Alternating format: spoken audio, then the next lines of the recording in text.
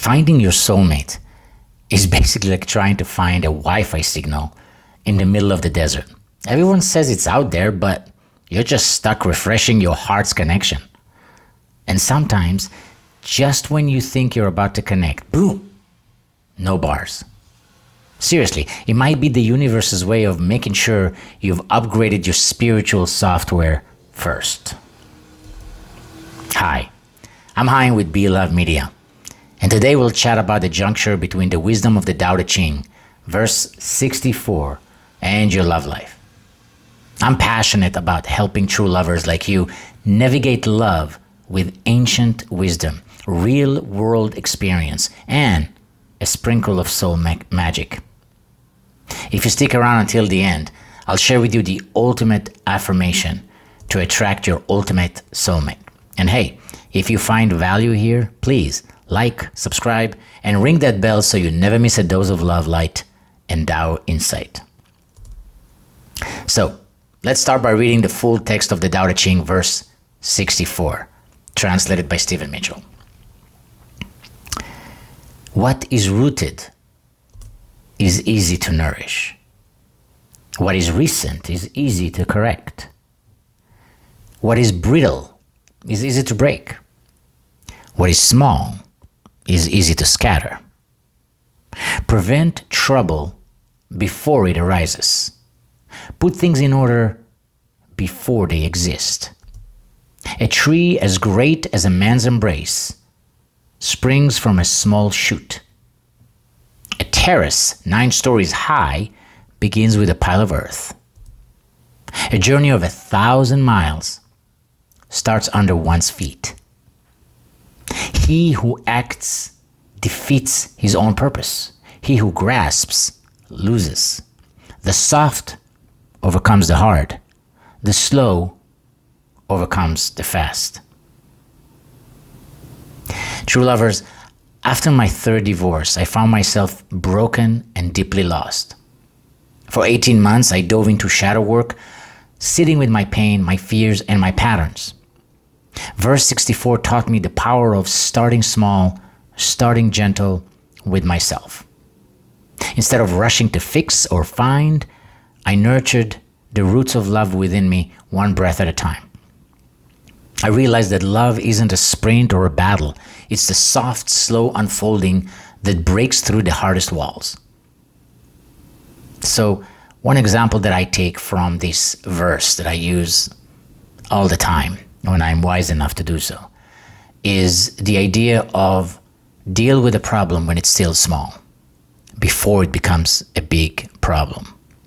So, for instance, when it comes to my high conflict divorce process, which has been unfolding for 5 years now, since before the beginning of the pandemic of 2020, halfway through it, a couple of years ago, I got my divorce finalized, but that doesn't mean the conflict stopped, because we have an 8-year-old kid with special needs, amazing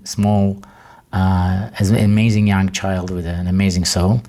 But nonetheless, he was born into, or I should say he grew into, 2 parents who don't love each other anymore, and in fact, maybe a little bit of the opposite. And I had to manage that conflict, and still does, with as much wisdom I can possibly muster from this wisdom, the wisdom of the Tao Te Ching.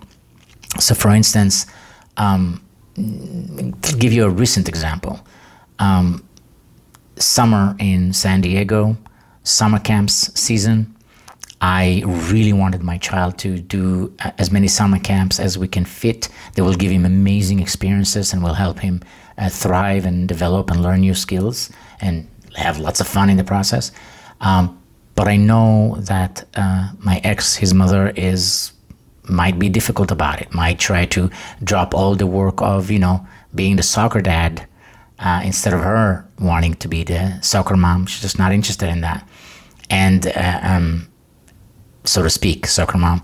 And sure enough, I suggested a program with a couple of summer camps, and I offered to her to split the load of the driving around, because there was a lot of driving involved. 50-50, and she didn't care for that. So instead, I just used literally verbatim the following phrase: whatever you say.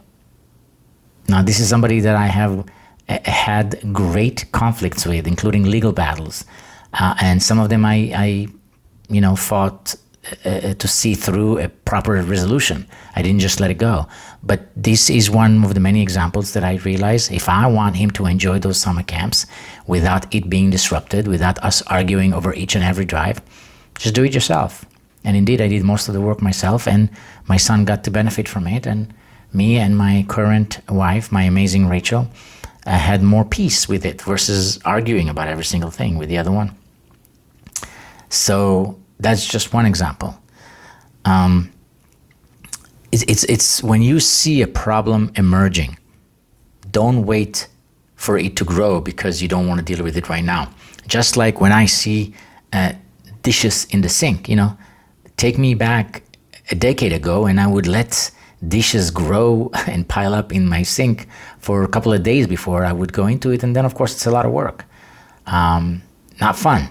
But these days, if I see a couple of dishes in the sink, I just rush into it and get it over with, right? Deal with the problem when it's small, not when it becomes a big deal. So align your heart with that gentle power. And here are 10 affirmations declaring, I am love in all its forms. Repeat them with me, true lovers. I am love, patient and kind. I am love, flowing effortlessly like water. I am love, rooted deep and steady. I am love, gentle yet unstoppable. I am love, healing and whole. I am love, attracting my perfect soulmate. I am love, open and receptive. I am love, creating harmony in my relationships. I am love, shining bright in every moment. I am love, the soft power that changes everything. If this video helped you, true lovers, be sure to like, comment your favorite affirmation, share it with your soul tribe, and subscribe for more love wisdom. Because together, we're not just looking for love, we're becoming love. And remember, if finding a soulmate is like finding a Wi-Fi in the desert, then Be Love Media is your spiritual hotspot. Stay connected.